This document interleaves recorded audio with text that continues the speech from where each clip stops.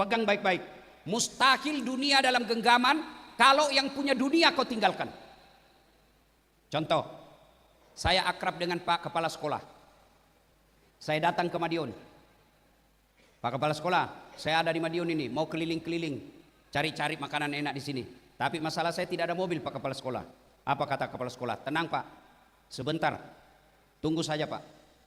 Kepala Sekolah telepon Wakil Kepala Sekolah. Pak Wakil, ada Pak Ustadz itu datang. Beliau butuh mobil. Siap Pak Kepala Sekolah. 30 menit kemudian datang Wakil Kepala Sekolah. Pak Ustadz, ini kiriman Pak Kepala Sekolah, beliau lagi di Jakarta. Ini kiriman mobil, silakan dipakai selama Ustadz di Madiun. Ini serta ini full bensin, ini juga ada pembeli oleh-oleh. Contoh aja ini Pak, Bapak baru contoh sudah. Sudah. 1400 tahun yang lalu ada masyarakat sosial namanya masyarakat jahiliyah. Masyarakat ini sangat jelek. Begitu jeleknya struktur masyarakat jahiliyah, sampai sekarang tidak ada yang mau disebut jahiliyah. Nah, Dedek mau enggak kamu dibilangi jahiliyah betul kamu? Mau enggak? Enggak mau. Kenapa? Jelek itu jahiliyah. Apa ciri masyarakat jahiliyah waktu itu? Satu, Tuhannya 4. Latta, Manat, Uzza, Hubal. 4 Tuhannya. Perempuan waktu itu Bu, tidak ada harkat dan martabatnya. Perempuan zaman itu adik-adik sekalian dianggap aib. Kalau dia lahir dianggap aib dalam rumah tangga. Maka banyak anak-anak perempuan lahir langsung dikubur hidup-hidup. Kenapa? Aib. Perempuan waktu itu Bu kerjanya hanya dapur, kasur, sumur. Sumur, dapur, kasur. Itu aja tempatnya. Kemudian apa lagi? Waktu itu ada yang disebut perbudakan. Budak itu beda dengan pembantu. Kalau pembantu Bu masih digaji. Budak hak milik sama handphone. Kalian punya handphone, mau dibakar, mau dijual, mau dibanting, terserah, namanya hak milik. Begitulah waktu itu, ada disebut budak. Lalu Allah ingin memperbaiki struktur itu. Apa yang Allah turunkan? Bukan perintah haji, bukan perintah puasa, bukan perintah sholat, tapi apa yang Allah turunkan pertama? Iqra, baca. Berarti adik-adik sekalian, kalau mau memperbaiki hidup ini, maka rumus pertama Iqra, baca. Sekarang diganti nonton. Nonton itu tidak terlalu membantu. Yang banyak membantu baca. Kenapa? Nonton bisa dimanipulasi. Nonton bisa ditipu. Itu namanya hoax. Coba lihat di media sosial. Muka-muka saya, suara-suara saya, tapi kontennya hoax. Apa dia jual? Obat kuat. Menghina saya Bu. Kalau jual tasbih masih masuk, jual parfum oke. Obat kuat, saya ini masih kuat deh, masih bisa ceramah 5 kali sehari, masih kuat. Hoax. Maka dedek sekalian, budaya membaca mesti dikembalikan. Sayangnya anak-anak Gen Z, generasi Alpha sekarang ini malas membaca. Yang dia handalkan scroll. Kalau mau sukses baca, Iqra. Ali bin Abi Thalib, sahabat Nabi yang Nabi sendiri mengakui ada 4 sahabatku, tapi yang paling cerdas Ali bin Abi Thalib. Pernah ditanya, ya Imam, kalau kau disodorkan antara harta dengan ilmu, kamu pilih mana? Ada ini Taruna, kalau saya kasih kau iPhone 17 Pro dengan kitab Durratun Nasihin, kau pilih mana? Kitab. Pandai juga kau sudah pencitraan kayak politisi. Pasti pilih apa? Kalau kau disuruh pilih uang dengan harta dengan ilmu, pilih mana? Banyak yang pilih duit. Ali bin Abi Thalib kata, kalau saya disuruh pilih antara harta dengan ilmu, saya pilih ilmu. Kenapa pilih ilmu ya Imam? Ada 3 kelebihan ilmu dibanding harta. Apa itu? 1, harta setengah mati kamu jaga. Ilmu dia yang jaga kamu. Adik-adik punya duit 5 juta. Kau masuk di balik kaleng-kaleng, masukkan di kaleng-kaleng. Itu kaleng kau gembok. Sudah itu kau masukkan lemari, gembok lagi lemarimu. Berapa sudah gemboknya? Berapa gemboknya? 2. Keluar kamar gembok lagi. Berapa gemboknya? 3. Keluar rumah gembok lagi. Berapa gemboknya? 4. Keluar pagar gembok lagi pagarnya. Berapa gemboknya?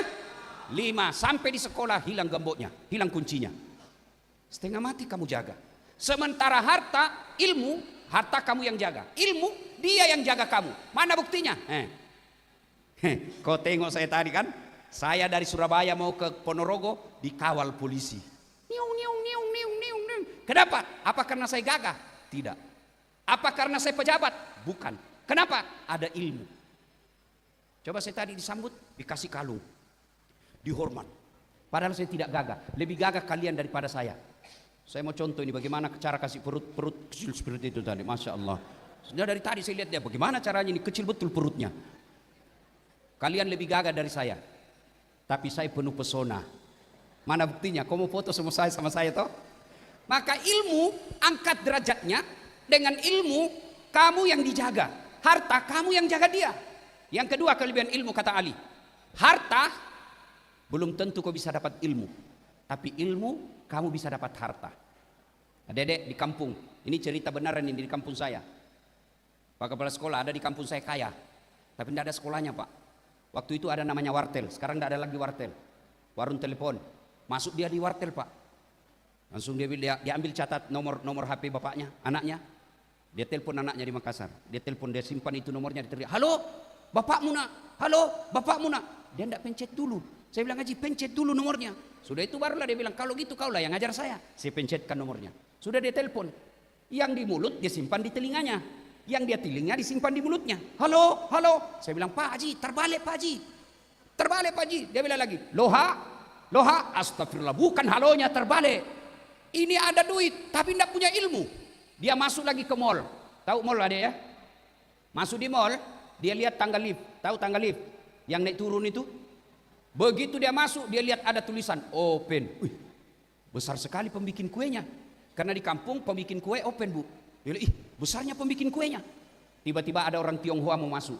Dia teriak, jangan masuk, panas. Masukin orang Tionghoa. Tertutup pintu.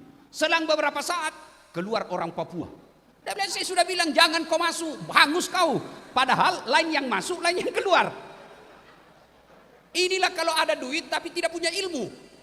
Maka adik-adik sekalian, insya Allah kalau kamu punya ilmu, orang tuamu miskin, dengan ilmumu kala insya Allah, Allah akan cukupkan kebutuhan ekonomi. 3, kelebihan ilmu. Apa kelebihan ilmu? Yang ketiga, insya Allah, dengan harta kamu belanjakan berkurang. Dengan ilmu kamu belanjakan bertambah. Contoh, saya punya duit 5 juta. Saya kasih ke teman saya 2.500.000. Duit saya pasti berkurang, tinggal 2,5 juta. Tapi ilmu kalau saya kasih ke orang lain pasti bertambah. Saya tahu ilmu Al-Fatihah, saya ajarkan kepada sedulur-sedulur. Apakah setelah sedulur-sedulur hafal Al-Fatihah saya hilang? Tidak mungkin. Sudah hafal, sudah Al-Fatihah. Mana Al-Fatihahku? Tidak mungkin. Berarti dengan Al-Fatihah ilmu saya nambah. Itulah sebabnya adik-adik sekalian, belajar sangat diutamakan dalam Islam. Kenapa? Karena Allah janjikan, yarfa'illahu alladhina amanu minkum walladhina utul ilma darajat. Niscaya Allah mengangkat berapa derajat di antara kalian, orang yang beriman dan berilmu pengetahuan. Nabi pernah bersabda, man arada dunya fa alaihi bil ilmi, wa man arada al akhirat fa alaihi bil ilmi, wa man aradahuma fa alaihi bil ilmi. Siapa yang menghendaki dunianya, hendaklah dengan ilmu pengetahuan. Siapa yang menghendaki akhiratnya, hendaklah dengan ilmu pengetahuan. Bahkan siapa yang menghendaki dunia akhiratnya, hendaklah dengan ilmu pengetahuan. Maka adik-adik sekalian, belajar adalah syarat utama kalau Anda ingin mendapat kejayaan dunia sampai akhirat. Tapi apakah dengan ilmu cukup? Tidak. Poin kedua yang saya sampaikan, akhlak. Adik-adik, ada yang baru-baru ngomongkan 19.000 ekor sapi dipotong setiap hari. Pernah dengar? Pernah dengar kan? Sekarang berujung dengan pidana. Apa dia bodoh? Enggak, profesor Pak. Apa dia punya ilmu? Enggak, punya ilmu. Tapi kenapa bermasalah dengan hukum? Karena akhlaknya kurang. Coba lihat orang-orang adik-adik sekalian yang di penjara, yang di KPK, yang di polisi, yang ditangkap kejaksaan. Apa ada mereka orang bodoh? Enggak, mereka rata-rata cerdas. Bahkan menteri, setingkat menteri agama pun ada yang ditangkap. Ya, apa mereka bodoh? Tidak. Apa? Akhlaknya kurang. Orang kalau tidak punya akhlak, Al-Quran menjelaskan mereka lebih hina dari binatang. Tahu binatang adik-adik? Tahu binatang? Kakak saya di kampung jual beli kambing. Tahu kambing kan? Itu Pak Kadis, Bapak kakak saya kalau jual kambing, ada kambingnya nakal, suka ganggu seruduk temannya, dia panggil penjaganya, bawa ke pasar, jual. Sampai di pasar tidak ada yang beli, bawa pulang, potong. Dagingnya jadi sate, isi perutnya jadi soto. Ayo, kakinya sop kikil, ekornya sop buntut, pipinya sop pipi, lidahnya sop lidah, tanduknya jadi perhiasan, kulitnya jadi baju, pelernya obat kuat. Ayo, semua digunakan. Kambing nakal, jual. Tidak ada yang beli, potong, makan rame-rame. Tapi kalau ada taruna nakal, mau diapa? Potong. Siapa mau makan? Ayo, jual. Siapa yang mau beli? Sudah bego, bau keteknya, ngomong tak hancur-hancur liur-liurnya, mau diapain? Itulah makna kalau manusia tidak punya akhlak, mereka lebih hina dari binatang. Di penjara masih makan ongkos. Orang di penjara tuh deh masih makan ongkos, dikasih makan 3 kali sehari. Maka adik-adik sekalian, selain belajar, maka Anda juga harus punya akhlak. Orang yang baik bukanlah orang yang cerdas semata, tapi Nabi pernah ditanya, untuk apa kau diutus ke muka bumi ini ya Rasulullah? Li utammimal makarimal akhlak, memperbaiki akhlak manusia. Dan saya percaya 1000% di sekolah ini selain diisi otaknya juga diisi akhlaknya. Mana buktinya? Itu tadi hafal Quran. Adik-adik sekalian, kecil buat Allah kasih kau dunia. Kalau dunia kau punya ilmu, punya akhlak yang baik, kecil buat Allah kasih kamu dunia. Kecil. Dedek, Dek, siapa yang punya dunia? Siapa yang punya dunia? Siapa? Allah. Mustahil dunia dalam genggaman kalau yang punya dunia kau tinggalkan. Pegang baik-baik. Mustahil dunia dalam genggaman kalau yang punya dunia kau tinggalkan. Contoh, saya akrab dengan Pak Kepala Sekolah. Saya datang ke Madiun. Pak Kepala Sekolah, saya ada di Madiun ini, mau keliling-keliling, cari-cari makanan enak di sini. Tapi masalah saya tidak ada mobil Pak Kepala Sekolah. Apa kata Kepala Sekolah? Tenang Pak, sebentar, tunggu saja Pak. Kepala Sekolah telepon Wakil Kepala Sekolah. Pak Wakil, ada Pak Ustadz itu datang. Beliau butuh mobil. Siap Pak Kepala Sekolah. 30 menit kemudian datang Wakil Kepala Sekolah. Pak Ustadz, ini kiriman Pak Kepala Sekolah, beliau lagi di Jakarta. Ini kiriman mobil, silakan dipakai selama Ustadz di Madiun. Ini serta ini full bensin, ini juga ada pembeli oleh-oleh. Contoh aja ini Pak, Bapak baru contoh sudah. Sudah. Selesai urusan saya dengan mobil. Kenapa? Saya akrab sama yang punya mobil. Sebaliknya, adik-adik sekalian, ada dari Sulawesi Selatan, tidak pernah ketemu kepala sekolah, tidak pernah teman, tidak pernah kenalan, tidak pernah lihat wajahnya, tidak pernah dengar namanya, tiba-tiba telepon. Assalamualaikum Pak Kepala Sekolah, saya lagi ada di Madiun, boleh pinjam mobil? Siapa ditelepon Kepala Sekolah? Siapa? Kapolsek. Polisi, tangkap dia, pencuri itu pasti. Tidak kenal kok tiba-tiba punya mobil. Begitu juga dengan Allah. Kamu tidak pernah ketemu Allah, tidak pernah sholat, sholatmu cuma hari Jumat. Itu pun paling terlambat datang, paling cepat pulang. Orang khotbah kau tidur. Tiba-tiba ada masalah dalam sekolah ini. Ya Allah, capek sudah saya hadapi hidup ini ya Allah. Tolonglah saya ya Allah. Capek sudah hadapi hidup ini. Allah berfirman, malaikat karena dia sudah capek hadapi hidup, cabut nyawanya. Maka adik-adik sekalian, akhlak itu bisa didapati dalam sholat. Kok betul Ustaz, sholat mengajarkan akhlak? Akhlak pertama dalam sholat, sifat paling Allah benci, sombong. Bapak-bapak kepala sekolah, bapak ibu para guru sekolah, apakah sombong itu pakai barang mahal? Apa sombong itu pakai barang mahal ibu? Ibu punya emas, sombong? Enggak, perhiasan. Kalau perlu tulis di sini, emas murni. Boleh, boleh. Apakah sombong itu pakai barang mewah? Belum tentu. Apa sombong? Nganggap orang lain, menolak kebenaran. Kepala sekolah, ada guru baru masuk, baru diangkat. Tiba-tiba dikoreksi kepala sekolah, Pak, menurut pengetahuan baru begini-begini. Kepala sekolah sering, apa kamu tahu? Saya sudah 20 tahun di sini, kamu baru apa? Itu sombong, menolak kebenaran. Sombong, puncak kesombongan itu tidak mau sholat. Bapak-bapak, adik-adik, dalam diri kita, harga diri, ini yang paling mulia, kepala. Pak Kepala Sekolah bercanda sama saya, dorong pantat, masih senyum saya Pak. Dorong perut, masih senyum saya. Tapi jangan coba-coba dorong kepala saya. Kenapa? Harga diri, Pak. Begitu. Kurang ajar Bapak ini. Kenapa? Harga diri. Sebaliknya, anggota tubuh paling hina apa? Kaki. Pak kepala sekolah kasih saya duit pakai kaki. Ustadz, ini pembeli tiket.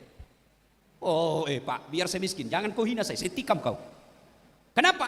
Kehinaan ada pada telapak kaki.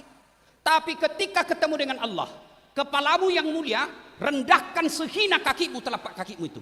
Kenapa? Kamu berhadapan dengan Zat yang maha besar, maha kuasa, maha segala-galanya. Allah subhanahu wa ta'ala. Maka itulah makna orang yang baik sholatnya, tidak punya rasa sifat sombong. Apa yang kita mau sombongkan? Di dalam sini apa yang kita mau sombongkan? Ini sekalian, kepala sekolah mau sombong. Tergantung kepala dinas. Kalau kepala dinas tidak senang, wabillahi taufiq wal hidayah, ganti lagi. Apa yang kita mau sombongkan? Tidak ada, Pak. Ustadz Dasat mau sombong karena viewernya sudah lebih 500 juta. Apa kamu sombongkan Dasat? Apa kamu sombongkan? Saya bisa ceramah karena ada penonton. Bayangkan kalau saya ceramah di sini 2 jam berapi-api, tidak ada yang nonton. Lewat, sudah lama beleng-beleng itu Ustadz itu. Iya toh, apa yang kita mau sombongkan? Nah, orang yang baik akhlaknya, orang berilmu itu potensi punya kesombongan. Maka adik sekalian, besok lusa ketika kalian sudah menjadi punya jabatan dan martabat, jangan membuat kamu sombong. Datanglah ke sekolahmu, muliakan sekolahmu, hormati guru-gurumu. Itulah wujud kamu punya akhlak mulia. Yang ketiga, adik-adik sekalian, poin yang ingin saya sampaikan, tidak ada orang tidak ada masalahnya. Tidak ada orang tidak ada masalahnya. Di sini, ini nih, taruna-taruni, muka-muka penuh masalah semua ini. Saya mau tanya, waktu mau masuk di sini apa masalahmu? Mau lulus masuk sekolah ini, iya kan? Sudah masuk di sini selesai masalahmu? Muncul masalah baru, mau selesai dengan baik. Sudah selesai sekolah ini, selesai masalahmu, muncul masalah lagi. Mau lulus misalnya di apa itu Akmil, Akpol dan lain sebagainya. Sudah lulus di situ, selesai masalahmu? Enggak, muncul lagi masalah baru. Bisa selesai enggak tepat waktu? Enggak ada orang enggak ada masalah deh. Coba lihat waktu sarjana, apa masalahnya? Mau kerja, ya kan? Sudah kerja selesai masalahnya? Enggak, mau jadi kepala bagian. Sudah jadi kepala bagian selesai masalahnya? Belum, mau jadi kepala dinas. Sudah jadi kepala dinas selesai masalahnya? Enggak, mau jadi sekda. Sudah jadi sekda selesai masalahnya? Belum, mau jadi bupati. Sudah jadi bupati selesai masalahnya? Belum, mau 2 periode. Sudah 2 periode selesai masalahnya? Ditangkap KPK. Iya toh, enggak ada orang enggak ada masalahnya, Pak. Semua kita punya masalah. Iya kan? Ini yang lagi ceramah sekarang adik, banyak juga masalah saya. Apalagi setelah saya viral, banyak janda-janda curhat, Pak. Masya Allah, Ustadz, baru saja suami saya meninggal, ada doa-doa penenang jiwa. Saya kirimkan dah baca ini kalau ibu lagi galau. Lama-lama dia bilang, Ustadz, jiwaku sudah tenang. Maukah Ustadz menjadi imam dalam hidupku? Mohon maaf, saya bukan imam, saya penceramah. Tidak ada orang tidak ada masalahnya, Bu. Coba lihat lagi, Bu, dalam rumah tangga. Bapak-bapak, istri cantik, bapak pikir bukan masalah. Masalah, Pak, digoda orang. Apalagi kalau suaminya jelek, lebih masalah lagi. Duluan aja dek, nanti kita ketemu di gedung. Sampai di gedung, mana kau bang? Nggak jadi dek, saya mencret. Berarti bagus kalau jelek istri. Jelek istri dihina orang, Pak. Kita lagi yang malu jalan sama dia. Berarti bagus kalau tidak ada istri. Masalah juga. Bagus kalau banyak istri. Lebih masalah lagi. Tidak ada orang tidak ada masalahnya. Maka dari sekalian saya tahu kamu punya masalah semua. Maka ketika punya masalah, Allah punya resep 2. Ista'inu bis-sabri was-salat. Sabar, perbaiki sholatmu. Di sini, latihan. Apa nama? Boarding. Makan mungkin dibatasi. Pegang handphone mungkin dibatasi. Sini boleh pegang handphone atau tidak? Iya kan? Tapi percayalah, Dik. Tidak ada kesabaran yang tidak buah keberhasilan. Sabar. Kamu dijauhkan, misalnya yang tadi dari mana itu? Dari Bali. Ada bahkan saya dengar dari Sabang. Datang ke sini, jauh dari keluarga. Kesabaranmu insya Allah akan buah hasil. Tidak ada kesabaran yang tidak ada hasilnya. Belajar dari kisahnya Ayub alaihissalam. Dari kaya raya, kemudian miskin, habis hartanya, anaknya wafat, ditinggal istri, penyakitnya banyak. Allah kemudian balas kesembuhan lalu sukses kembali. Belajar lagi baru-baru kisah tentang Nabi Ibrahim yang diperintah sembelih anaknya. Setelah dia sembelih, dan akhirnya Allah uji keberhasilannya, kesabarannya diganti dengan domba. Apa setelah itu? Dikasih hari tasrik. Hari tasrik itu hari bahagia, tidak boleh puasa, hari khusus makan-makan, Independence Day. Tidak ada orang yang kesabarannya baik pasti kecuali Allah membalasnya dengan keberhasilan. Kalian sabar di sini, insya Allah Allah akan balas kesabaranmu. Dan hebatnya itu sabar, pahalanya, balasannya, innallaha ma'as sabirin. Allah bersama orang-orang yang sabar. Yang kedua, kalau mau sukses dalam belajarmu adalah sholat.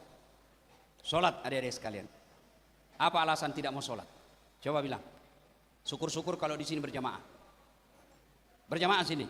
Alhamdulillah. Coba lihat. Insya Allah. Kalau baik sholatmu, Allah akan berikan apa yang kamu mau. Saya tidak dikasih apa yang kamu mau. Nah, ini poin keempat yang saya ingin sampaikan. Adik-adik, tamat SMA dulu, saya daftar akabri. Akabri. Dulu belum pisah polisi dengan tentara. Namanya akabri. Saya daftar akabri.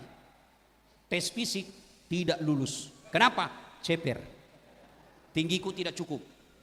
Saya protes kepada Allah waktu itu dalam doa. Ya Allah, kenapa kau tidak luluskan saya? Kenapa tinggiku kurang? Kau tidak rugi jadi Tuhan kalau kau tambah 1 senti. Saya protes. Teman saya lulus, Pak. Itu kemarin saya post di IG saya. Ada kawan saya sebelah kiri saya itu. Sekarang pangkatnya dia lulus waktu itu AKBP. 2 bunga. Pakai baret merah. Reserse. Saya tidak lulus waktu itu. Saya jadi ustadz.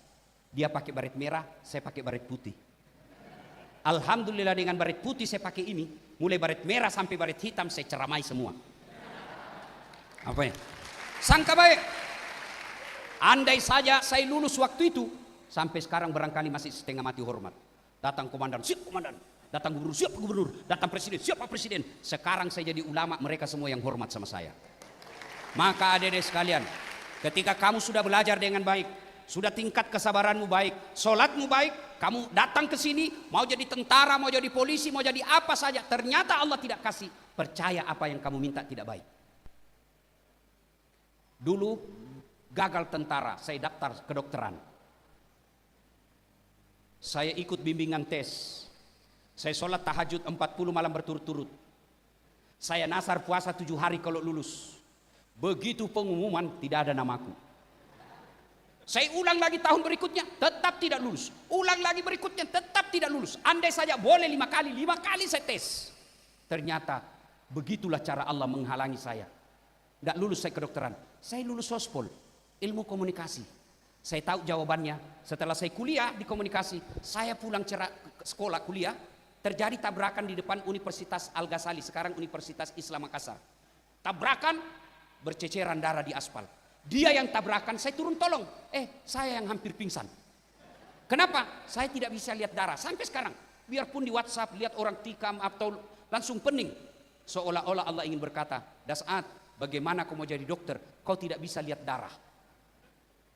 Temanku yang lulus dokter waktu itu tugas di Kepulauan Aru. Mau lebaran saya telepon, dok, pulang ke lebaran? Tidak Pak Ustadz.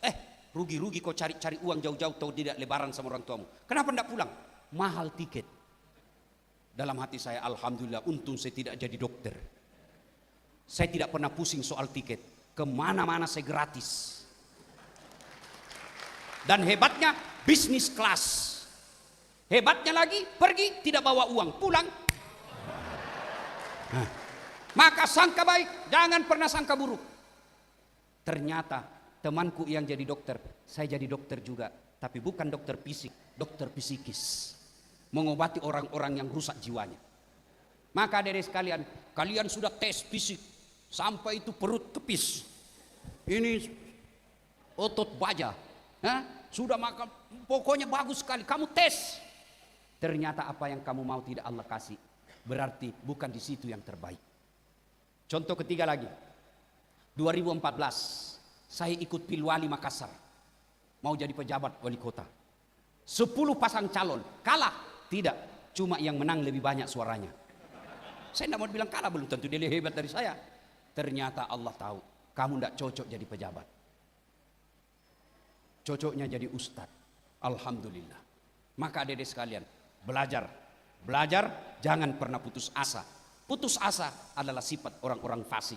Sebaliknya, orang yang optimis, Itulah sifat orang beriman. Tidak diberikan apa yang kita mau, percaya apa yang kita minta tidak baik. Coba adik-adik sekalian, saya kasih contoh. Hari ini saya berdoa, ya Allah berikan saya pesawat. Pesawat pribadi ya Allah, supaya saya bisa ceramah kemana-kemana. Lebih enak saya ceramah ya Allah. Ternyata Allah kabulkan doa saya minggu depan. Betul minggu depan saya punya pesawat. Kan bingung saya, di mana saya mau parkir? Bagaimana bayar apturnya? Bagaimana bayar pilotnya? Maka Allah cukup, tidak usah kau punya pesawat, cukup mobil, hanya mobil yang kau lebih baik buatmu. Maka adik sekalian, sangka baik. Kalau sudah nanti kelas 3 ikut daftar sesuatu sekolah kedinasan, ternyata Allah tidak kabulkan, percayalah apa yang kita minta itu tidak baik buat kita. Maka adik sekalian, insya Allah titipan khusus saya, ayo belajar. Belajar, belajar, belajar. Apa janji Allah bagi orang yang belajar? Yarfa'illahu alladhina amanu minkum walladhina utul ilma darajat. Coba lihat, nih bapak-bapak yang hadir di sini. Coba, kenapa beliau duduk di sini? Apa karena gagah? Apa karena anak pejabat? Apa karena kaya? Bukan, tapi karena ilmu. Maka benahi, insya Allah Allah angkat derajat kita. Dengan catatan setelah punya ilmu jangan sombong. Dan puncak kesombongan itu melalaikan sholat 5 waktu. Poin yang kelima, adik-adik sekalian, setinggi apapun cita-citamu, kalau mau sukses, rahasia lagi setelah sholat sabar adalah birrul walidain. Berbuat baiklah kepada kedua orang tuamu. Kalau kau berdoa dalam sholat 5 waktumu, ya Allah wujudkan cita-citaku, ya Allah wujudkan harapan dan impianku supaya saya bisa bahagiakan orang tuaku. Tidak usah kau bilang ya Allah supaya saya bisa melamar pacarku. Adik-adik, untung saya ingat, jangan percaya itu pacar-pacaran. Ini yang ahwat nih, yang di atas, taruni. Jangan ku percaya itu cowok kalau dia lagi jatuh cinta. Gunung kan ku daki, lautan ku seberangi, hujan aja kau lari. Kemanapun kau pergi aku akan mengikutimu. Minum kopi aja kau tiup. Maka sekolah yang baik, belajar yang baik, Allah akan pertemukan kamu jodohmu yang terbaik. Bapak saudara-saudara sekalian, banyak yang ingin kita sampaikan, tapi waktu jualah yang membatasi kita. Terima kasih atas sambutan yang luar biasa. Terima kasih atas sambutan yang hangat. Mudah-mudahan Bapak Ibu sekalian, di tempat ini Allah angkat derajat Bapak Ibu sekalian. Ada yang saya lupa. Itu tadi buat anak-anak sekolah kita. Sekarang buat guru-guru.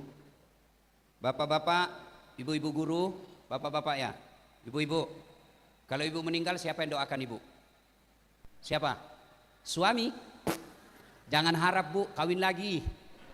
Siapa yang doakan? Anak. Anak dalam Islam untuk bukan sekedar yang dilahirkan dari rahim. Ini anak-anak kita bu. Bayangkan di sini ada 300 anak didik kita. Ada di antara mereka yang 5 orang, 10 orang jadi ulama. Ada yang mereka menjadi pejabat yang baik. Dia bikin perda yang mensejahterakan rakyat. Maka selama anak itu jadi orang baik, guru-gurunya dapat pahala. Itu yang disebut amal jariah. Saya tidak disenang sama wali kota, masih ada pilihan saya. Apa? Pensiun dini. Saya merantau ke Jawa Timur tidak nyaman, ada pilihan saya. Apa? Balik lagi ke Makassar. Ya kan? Saya tidak disenang sama istri saya, ada pilihan. Ada pak, 2, tambah atau cerai. Tapi kalau masuk kubur ada pilihan. Masuk kubur ada pilihan. Tidak ada. Tinggal kamu di situ. Senang tidak senang, tinggal kau di situ. Tapi ada 3 amal yang mengalir meskipun kita sudah jadi bangkai. Apa itu? 1, anak yang soleh dan soleha. Inilah anak didik kita. 2, harta yang telah kita sedekahkan. Harta yang disedekahkan tidak selalu duit. Ilmu diantaranya adalah sedekah. Yang ketiga, ilmu yang bermanfaat. Di sekolah inilah 3-tiganya berkumpul.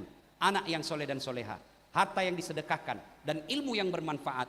3-tiganya berkumpul di sekolah ini. Maka rugi Bapak Ibu guru kalau tidak menjadikan tempat ini sebagai ladang untuk memperbanyak dan memperkaya amal jariah. Demikian, mudah-mudahan ada manfaat. Lebih dan kurangnya mohon dimaafkan. Usikum wa nafsi bitaqwallah. Fastabiqul khairat. Assalamualaikum warahmatullahi wabarakatuh.